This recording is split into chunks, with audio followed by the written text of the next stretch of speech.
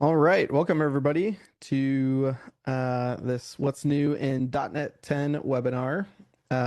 My name is Scott, and today we're going to be talking about what's new in .NET 10 and try and get like a practical look of just the things that you really need to focus on and care about with the .NET 10 release. So just a little bit about Lean Techniques. So we're a software consulting company based in Des Moines, Iowa. We have roughly 160 people at Lean Techniques, and our tagline is helping companies make technology a competitive advantage. So that just means that we're trying to flip the script from a lot of times technology is viewed as this like cost center that you try and reduce costs in, and we're trying to make technology a competitive advantage. So you want to invest in technology and get a return on that investment. We're also a Microsoft partner, and we have 3 Microsoft MVPs on staff, 2 of which are on this call. And then we do a lot of like software delivery, cloud modernization, AI, leadership and strategy, and product management and design as well. Okay, a little bit about us. My name is Scott Sauber. I'm the Director of Engineering here at Lean Techniques. And then also on this webinar with me is Daniel Ward, who's also a Microsoft MVP and staff engineer, and Patrick Robinson, who's also a staff engineer. So we're going to talk about all these things today. We're going to talk about what's new in C# 14, what's new in like .NET 10 and things to care about there. We're going to talk about what's new in EF Core, as well as what's new in MAUI, WPF, and WinForms. And yes, WinForms is still getting updates. And it wouldn't be a webinar or a .NET 10 release or, big announcement if they didn't talk about AI. So we'll talk about AI and Visual Studio as well. And then we'll also talk about updates to ASP.NET Core and Aspire as well. And we'll kind of end with a Aspire demo. So if you haven't seen Aspire, you probably want to check that out because they're doing some cool stuff there. So first, we're going to kick off talking about C# 14. And Patrick will take it away. All right. So with C# 14, I'll go ahead and caveat, we're not going to dive into every little nook and cranny of the updates from C# 14, but we're going to talk about the ones that we think are of note. And first of all, talking about null conditional assignments. So before C# 14, if you had a nullable object and you wanted to set a property on it, you would have to check if the object is null before setting that property. Now that is automatically done by doing the question mark. I always forget the null coalesce operator. That's probably not the correct name, but basically doing the order equals get current order on the slide. You'll see you could do that now, and it's doing what's right above it behind the scenes. And then moving on from that one, we've got extension members, which are pretty cool.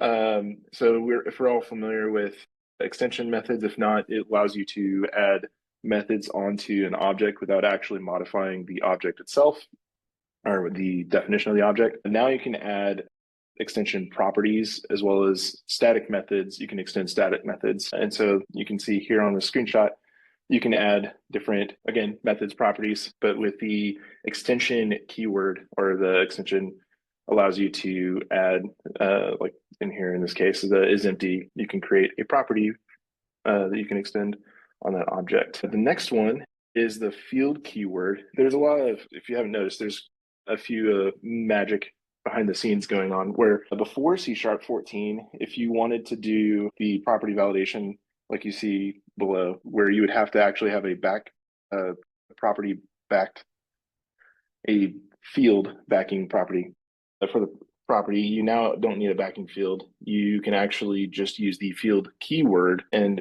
do it that way, so you don't have to have a separate field when you're doing properties and your validation. Also, there's this new thing called the preprocessor directives, which basically at a high level allows you to do what are called file-based apps, where you don't need a CS project file. You can actually run the CS file directly in your terminal. And so what that looks like, there's I don't know the proper term. I know that the exclamation point is the bang. I know some people call it hashtag or number sign or things like that. But basically this directive, kind of, if you're familiar with shell, you can now use this directive to tell the CS file at the top that this is going to use the .NET run to run the app. So you can kind of see a little screenshot snippet of, you can now make the file executable and run it. And so that's one of the directives. There's a few others. One of them is the SDK directive, which basically maps to if you had a CS proj file with the XML, the SDK, the directive maps to the project SDK, and then any subsequent SDK directive maps to the inner SDK tag. And then you have the property directive, which sets the properties within the XML for like target framework or Lang version or various other properties within the CS proj file. And then the package is shorthand for it's basically this is what it would map to if you still have the CS proj file. It maps to like a package reference, think of NuGet, and then also project maps to project reference. And so just to kind of show you sort of what that looks like out in the wild, here's that file. I think it was one of the screenshots. Basically, what this lets you do is I can now come down here and do in my terminal, I can do simple right line CS, and you'll see it prints out hello world or hello, and I can make a change up here to have it now it prints out hello world. So quicker access to writing simple, quick CS files as scripts, and then also a little bit more robust. Here's an example with using the humanizer package. Basically, it's going to say that .NET 9 was released about 52 weeks ago. So now oh no, I have to do .NET Run for this one. Devos. There. So it's been 53 weeks since .NET 9 was released. And so, yeah, I just kind of showing a quick example of the preprocessor file directives allow you to be able to write quicker C# examples, be able to I believe it's called file-based apps, and be able to kind of get up and running on learning C# or demoing C# things quickly, and maybe even writing some very simple things. But it's a pretty cool new feature as well. And I think with that, we're moving right into the .NET side of things, the .NET greater The .NET side of things. part of the .NET presentation. Yeah, the .NET part. So, so I'll be doing the next 4 sections actually, but all of those will be pretty short, except for this first .NET section. So, just as a reminder, this is .NET 10.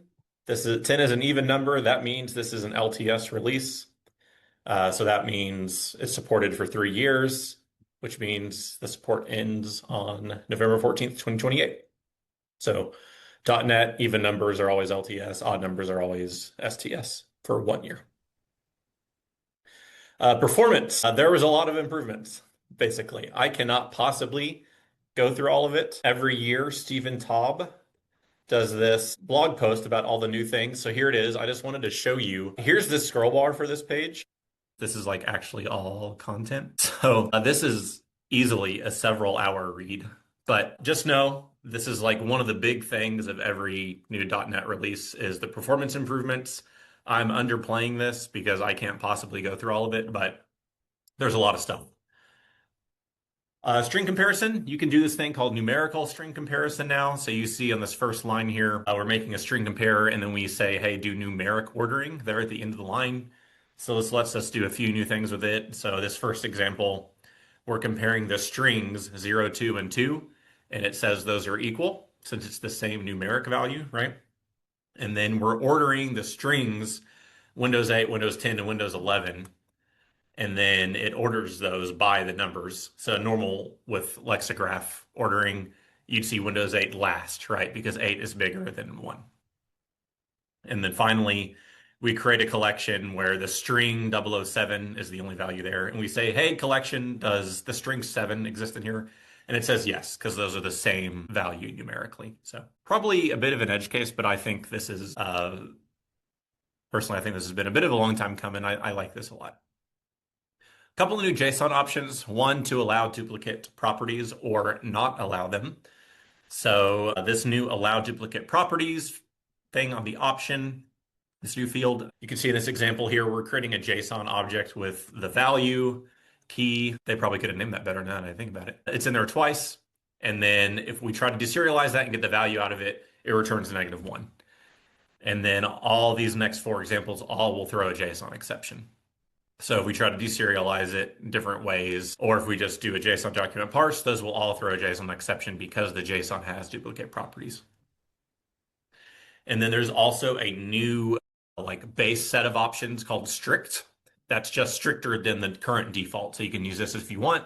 So it's the same as the current default with more stuff stacked on top. So you can't have any unmapped members in the JSON. Everything has to be accounted for in your C# classes. Like we just saw, you can't have any duplicate properties allowed. I think these are the two big reasons to use it. There's also, it preserves case-sensitive bindings. It respects any nullable annotations you have, and it respects any required constructor parameters you have as well. Some new zip APIs. I have never done anything with zips in .NET with zip files, but there's async APIs now. It turns out these straight up just did not exist before. So if you wanted to do anything with zips, if you wanted to create them, unzip them, whatever, you had to block the thread. That's just how it was going to work.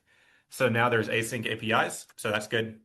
And much like everything else, just general improved performance and memory usage of this lot.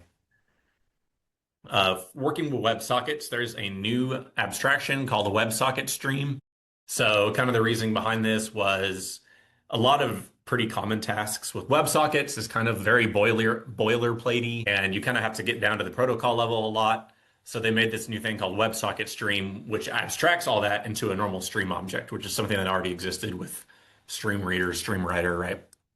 So you can see a little example. This is just straight for the Microsoft Learn docs. A little example here. They do WebSocket stream.create, put their options in there. But you can see after that, they pretty much just use it like exactly like they would a normal stream, right? So easier API usage like that is always good. DNX, this is a new thing on the .NET CLI. If you're familiar with the Node.js world, this is pretty much the same thing as NPX, but it lets you run .NET tools just like a one-shot. You don't have to install the tool, it just runs the tool and that's it. So really what's running this, you can run this yourself as well, is this new command called .NET tool exec.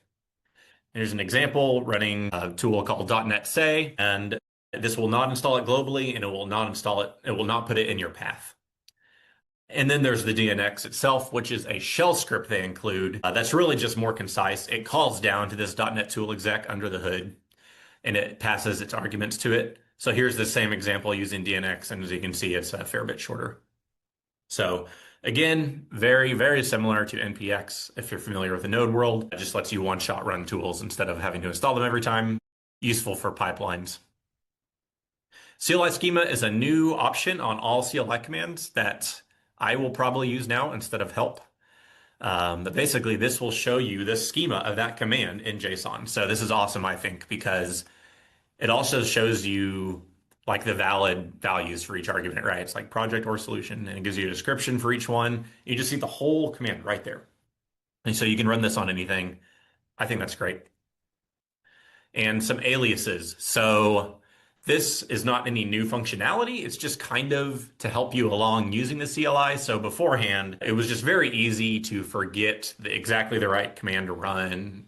So for instance, if you try to type .NET package add, it'd be like, well, that doesn't exist. It's really .NET add package, right? So you can see it's just easy to forget stuff like that. Well, they made aliases, so they both work now. So if you do .NET package add by accident, that's now an alias for the correct one. Just some more stuff to make the CLI easier to use. Going on to EF Core. Azure SQL and SQL Server EF Core now supports two new types for those, which is the vector type and the JSON type. JSON, pretty self-explanatory. Vector is big right now because of machine learning. That's how we store our embeddings. Three new things for complex types in EF Core. So complex types is not new. That's already a thing. You could do this already where you say, hey, I have like some address type with 4 fields and I want those to map to the table. So I'm calling those complex properties. And that would create this SQL where you see, you have each of the fields from that address type and they're all in this table. There's no foreign keys. There's no joins you have to do.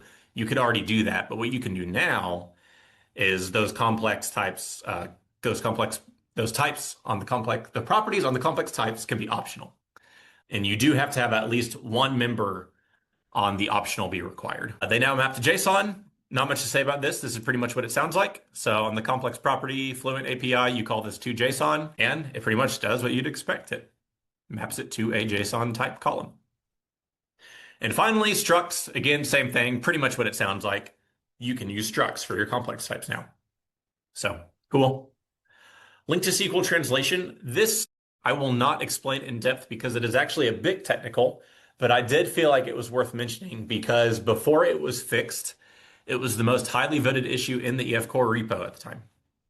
So this is improved translation for when you have parameterized collections in your link, and that's translated to SQL. The very long and short of it is that it used to show up like this, right? It does the N keyword and it has your collection here, and now it parameterizes it. So that doesn't look like very much, but there was a lot going on under the hood to make that happen.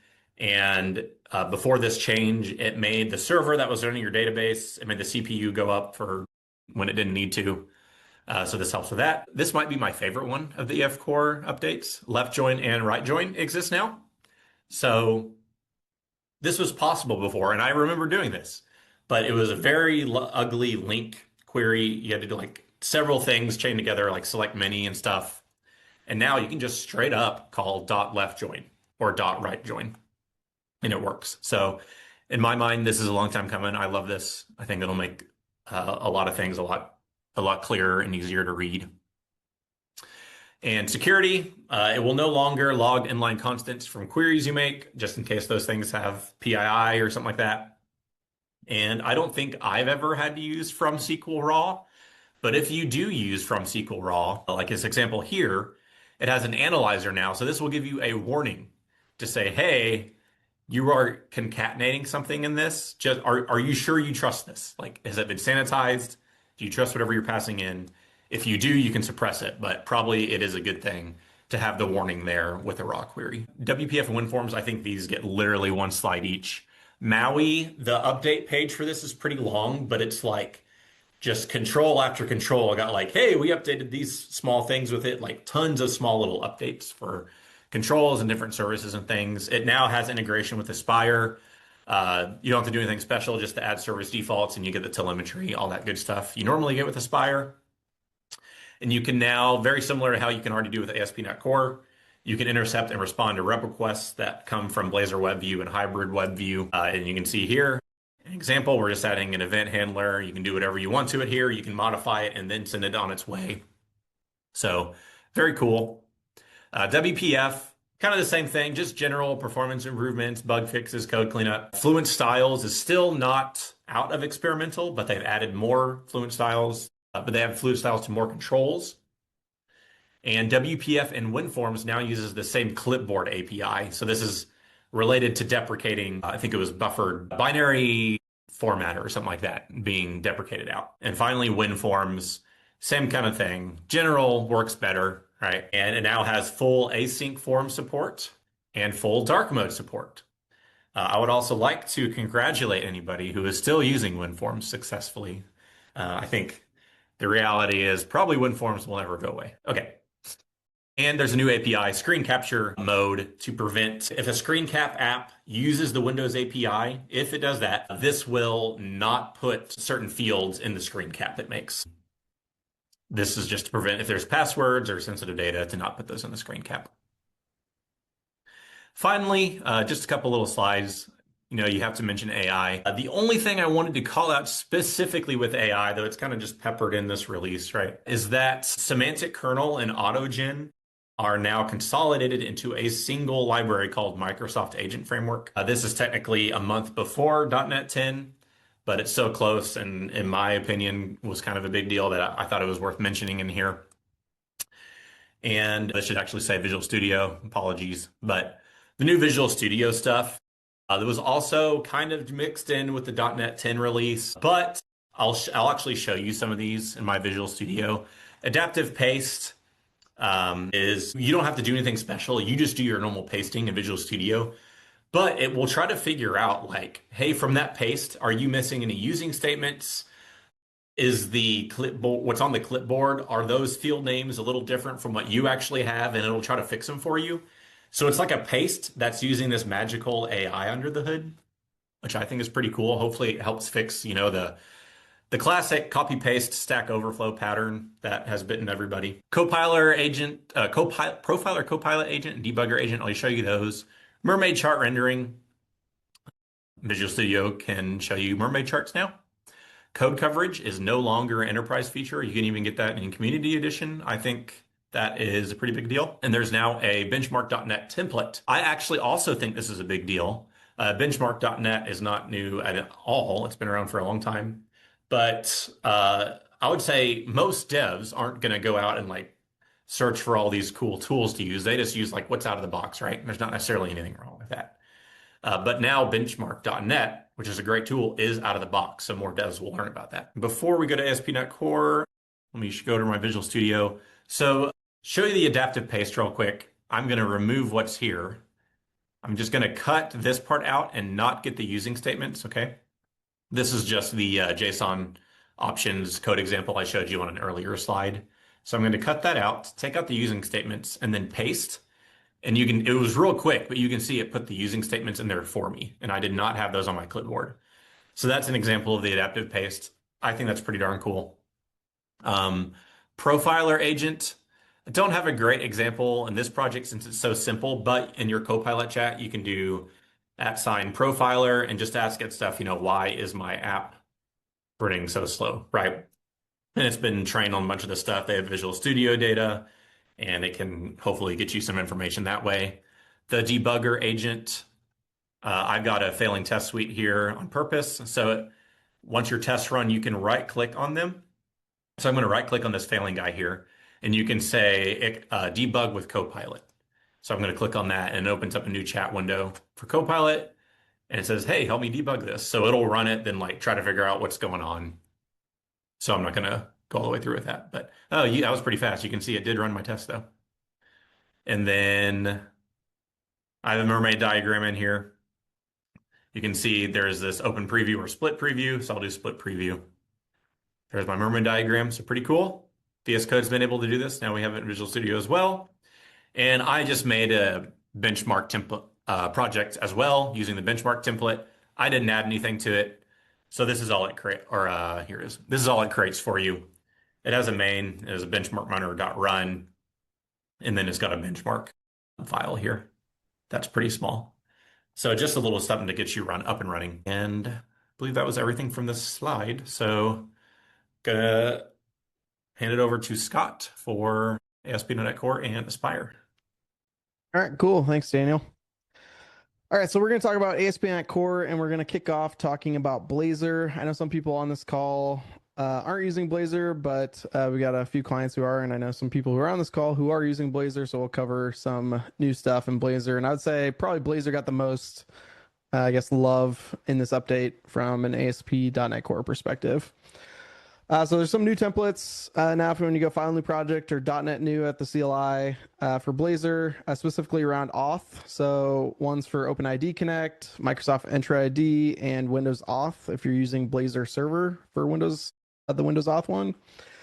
As well as they also support the backend for front end or BFF pattern. So not best friends forever, but backend for front end. So if you're not familiar with that pattern, what that basically is traditionally with like OIDC, for instance, you would store a JSON web token or a JOT in your session storage or local storage. The downside of doing that is if you had a cross-site scripting vulnerability on your application, now somebody could run JavaScript and get access to your JSON web token and basically exfiltrate it out and be able to send it out and be able to make requests as if they were you, which is obviously not good. So what the BFF pattern is, it's a new-ish pattern that's been gaining in popularity over the last 2 years. You still have a JSON web token, but instead of storing it in local storage or session storage, you instead throw it into an HTTP only cookie, which if you flag a cookie as HTTP only, basically that means if you do have a cross-site scripting vulnerability, JavaScript can't access a cookie that's marked as HTTP only. So basically it's an extra security measure that's put in place. So if you are using the BFF pattern, then there's templates that kind of walk through that out of the box, which is pretty cool. The quick grid component, which if you're not familiar with quick grid, basically it's a way to display data in a table and have like sorting, filtering, all of that kind of stuff. They added this row class attribute. So what that looks like, or what that's intended to use for, as you might guess, is it changes the CSS class of a particular row. So in this particular example, this is saying, hey, if this item is archived, then slap this CSS class on the row. So maybe if it's archived, you have like a gray background or something like that on that particular row. So they added that in this. So if you're using Quick Grid and not like a Mudblazer or other library for grids, then they added that, which is a pretty common thing that a lot of people do, or like you might highlight it red or whatever the case is. Some other stuff, they added a faster hot reload. It's currently only Visual Studio for now. It's kind of up in the air if it's coming to .NET Watch or not at the CLI, so still some stuff there. But previously with large applications like 100 plus pages or so, and if you're using libraries like Mudblazer, which is like a material UI library for Blazor, a hot reload was more like a cold reload because it took 38 seconds and wasn't very hot. Whereas now in a large application using Mudblazer, it's like 3 seconds. So it's more of like it's like a above average, above room temperature reload now, but they still call it a hot reload. So definitely some major improvements there, and hopefully they keep investing in hot reload because I think that's definitely a feature that everybody would use all the time. Some more Blazor stuff. Previously, like under the hood, when you make an HTTP client call, like an API call in Blazor, you had to use HTTP client, but under the hood, that's using like the JavaScript fetch APIs. You just don't know that. It's just, you're just writing C#. And so there's a JavaScript file kind of behind the scenes to handle that mapping and things like that. Previously, it was an embedded resource, and now it's just a static asset. So this allows you to do better caching, more aggressive caching, like cache this for a year or whatever the case is. Do a lot of cache busting, do like gzip or Brotli compression, whatever it is, whatever you're using. And it's just like an easier mental model because you're just dealing with JavaScript at the end of the day, kind of like how JavaScript's intended to be used, which is a static asset. If you're using the navigation managers, Navigate to, where you might like navigate to another part of a page. Previously, that used to scroll to the top of a page, which was problematic if you're trying to navigate to a different part of the same page. And now it will not do that. So that's good. And they also added a reconnection UI component. This would be for like Blazor server apps that are using like under the hood. Blazor server apps have a WebSockets connection via Signal R. So when you like click around, it's actually going back to the server and coming back, which works fine. But when you lose connection, then it popped this like, please reconnect. Now you have more options to customize that, which is nice. And there's also client-side fingerprinting now with Blazor as opposed to server-side like .NET 9. So if we look at this kind of diff file here, previously, basically when it loaded like basically the index.html file, it would replace this like blazor.webassembly.js server side, kind of like at runtime. Now this happens more on publish. So when you do a .NET publish, it'll actually replace this like fingerprint placeholder here. So that's how you do, or that's how it will be done going forward in .NET 10. So again, it's a little bit simpler and more of a what you see is what you get. They also added improved metrics and tracing. So for instance, if you've got like a performance problem on one of your components, or you don't know what's going on in one of your components, they got improved metrics and tracing around the component lifecycle and kind of like the event handlers that happen. We'll take a look at that with Aspire here in a second on like, because basically these metrics will flow up to Aspire. So you can look at those. They also added WebAuthn, or like it's commonly known as passkeys, as you're seeing more and more applications support this. They added support for that with ASP.NET Core Identity. And then I mentioned the faster hot reload as well. And now if you have like a standalone WebAssembly application, so you don't have like a .NET Server backend, it doesn't use the launch settings.json file anymore. Instead, you use this like magic CSproj property for WASM application environment name. I personally kind of hate this because it switches from how like .NET APIs work, and now like there's two models you have to keep track of, but they did make that a change. Okay, so but again, that's just for like a standalone WebAssembly application. If you're using like a .NET API with WebAssembly, this technically does not apply to you, just to be clear on that. Okay, so next thing on minimal APIs, they added validation support finally. So you can like use data annotations, or personally, I like Fluent Validation. It's another validation library. I prefer that. But now minimal APIs have support for those. So that way you don't have to like manually check like, hey, is the, my first name's required. I'm going to go just like manually check those things. It'll support data annotations with like the required attribute. Or if you wire things up with Fluent Validation, it'll support that as well. You can also do validation with records now, and you can also use server-side events with minimal APIs, or previously you could not. Just some miscellaneous things with ASP.NET Core to kind of wrap things up. They do now support OpenAPI 3.1.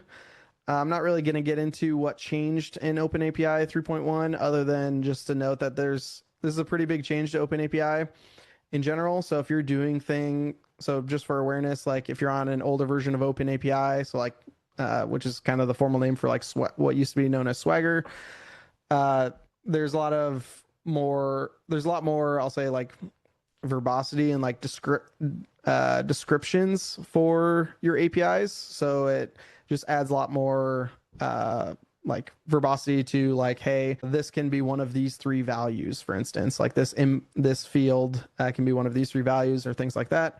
And so there's just a lot more that you can do with OpenAPI 3.1, and ASP.NET Core 10 supports that now. They also had a lot of metrics flowing from like authentication, authorization, and ASP.NET Core identity. So things like keeping track of how many lockout attempts there were, how many login attempts there were, things like that flows up. And those metrics get surfaced now in OpenTelemetry, which Aspire uses. So I'll demo all that in a second if you haven't seen that. And this is also like a cool thing because I would say like a lot of .NET 10 stuff seems to be like they solve these little paper cut things like Daniel showed earlier, like not having an async API for zip files and things like that. And I feel like this was one of those paper cut things. If you used Web Application Factory for integration tests, which if you're not familiar with that, basically that's Web Application Factory allows you to like boot up your ASP.NET Core app in memory. So if you have like an API, it kind of boots that all up in memory, and then you can use an HTTP client in your test to interact with that API. So it's really useful for integration tests and things like that.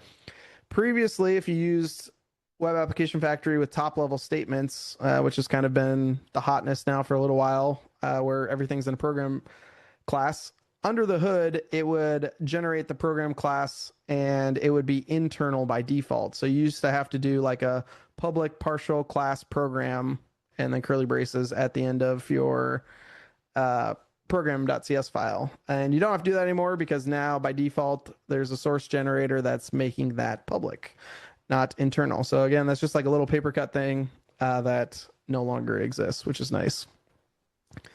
They also added support. Kind of a trend that's happening is people are having these like .localhost TLDs where rather than like localhost :3000 or 5001 or whatever, instead you kind of have like a my app.localhost. And so that's something that's been like an RFC and gained in popularity, and now ASP.NET Core supports that in case your team would like to do that. So that's kind of nice. And then basically this last one is the web server itself is going to use less memory. So like Kestrel or IIS or HTTP sys, most likely you're using Kestrel, is doing some automatic eviction of memory now rather than kind of pooling and holding onto that memory. So you'll see a little less memory usage, but I don't think it'll be like gigs or anything, savings there. Okay, so that is kind of the ASP.NET Core stuff. I'm next going to talk about Aspire, and there's a lot here.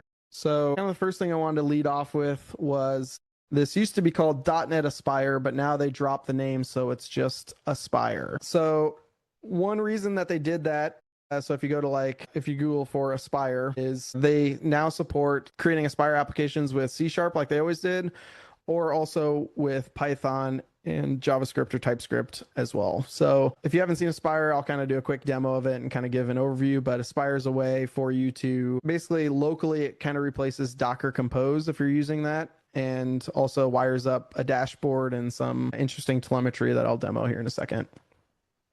What's kind of nice with this is, let's say you have a .NET API with a React or Angular view or whatever the case is, some JavaScript front end, or maybe you got some like Python app that's kind of running on the side. You can now define all of that in Aspire and kind of boot everything up all at once.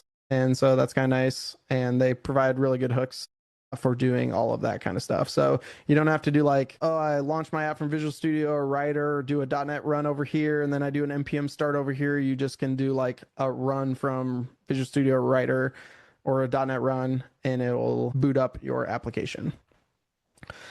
So just again, kind of a reminder, Aspire replaces Docker Compose for local dev. So if you're using Docker Compose today for like, hey, I want to spin up a local SQL database, or a local Redis cache, or I want to boot up multiple applications because maybe I'm a Microsoft microservices environment, Aspire tries to make that easier for local development. But it also gives you a local dashboard, which I'll show here in a second, and that's wired up with OpenTelemetry. And so it gives you basically able to trace across multiple applications, because let's say you are in a microservices environment and you've got like 5 APIs that you need to spin up in order to do your work. You can now trace a single request across all of those different services, which is pretty cool. And I'll show that here in a second. Another change is Aspire in .NET 9 was in version 9 to line up with .NET, but now that they're trying to decouple Aspire from .NET, they decided to bump it to 13. So you might notice that it went from Aspire version 9 to Aspire version 13. And the reason behind that is they're trying to decouple the releases from .NET releases. So you should see a lot more Aspire updates coming throughout the year, and not just like once a year like the rest of .NET is. So, okay, so that's kind of just like a high level overview of Aspire a little bit, as well as like why they made the changes that they made, but like what's actually new in Aspire in case you're using it today. They added a lot of stuff. It's not quite as long as what Daniel showed with the performance improvements, but there's a huge list of things. There's now a new Aspire CLI. So instead of doing .NET Run, it's just Aspire Run. And again, one reason they did that was so that way you're not like, if you're a Python dev or a Java Node dev, then you might not want to install .NET. So under the hood, still .NET, but they kind of wrap that all up into Aspire. So you're hiding the fact that it's .NET under the hood to try and appeal to people in those ecosystems. They also had a bunch of starter templates, like things that wire up like a React front end with a .NET backend and things like that. So they have a lot of those starter templates for you, which .NET kind of went away from the starter templates with .NET on the back end and React or Angular or Vue on the front end. And so those are kind of back now with Aspire. So I know that's something that I've seen demand for, and this is kind of the avenue in which they brought that back.